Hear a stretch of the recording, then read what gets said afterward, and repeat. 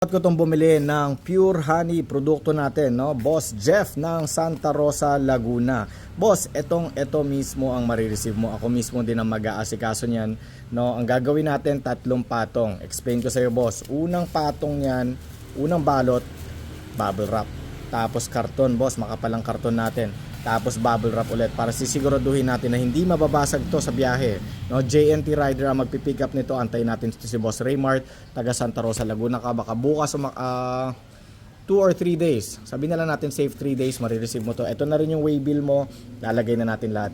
Boss, ipakita ko lang din sa'yo, may umorder din ng taga ganito, taga Pasong Tamo, parehas ng size na in-order mo. Ganito ang mangyayari. Ito para sa kanya to, taga Pasong Tamo to.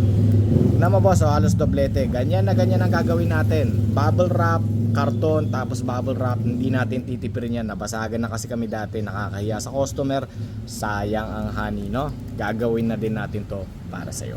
Ito yung unang patong, bubble wrap. Tapos papatungan na natin yan ng karton, no? Ayan, nakalagay Santa Rosa, Laguna. Salamat po. Patungan na natin ang pangalawa. Jeff, ito na yung pangalawang patong. Ayan, Laguna, Santa Rosa, para to sa'yo. Boss, maniwala ka sa akin o hindi, baka mabad trip ka dito sa pagbukas dahil walang plano magpabukas to. Tignan mo yan, no? So, unang balot, bubble wrap, tapos karton. Tapos tignan mo yung pagpacking tip. Hindi natin tinipid yan, boss. No? Ano mo rin pag-receive mo nito. Papatungan na natin ang bubble wrap na yan. Jeff, ito na ang final end product, no? So, bubble wrap, karton, tapos bubble wrap ulit. Ayan yung fragile, ayan yung waybill ninyo, boss. Boss, tignan mo to ah. Ito yung vinidyohan ko kanina.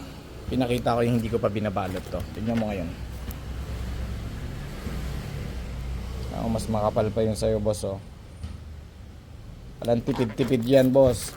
Boss, feedbackan mo ako pag na-receive mo to. Ang goal kasi natin, kaya ganito tayo magbalot, is marireceive ng customer na hindi basag, no? Kasi nakakaya, boss, napahiya na kami dati. Gawa nga ng nabasag. Hindi na natin kontrolado pag na-pick up na ng JNT, no? Tapos kung naipit, no, kung nagpapasapasahan sila sa warehouse, kaya ang ginagawa talaga namin, sinisigurado namin, no? At saka pagka-receive mo nito, matitikman mo na yung natural na lasa ng mga nektarya sa probinsya namin. Igurot kami from Cordillera region, no? Ang lasa ng honey natin ay lasang prutas, lasang citrusy, ganyan.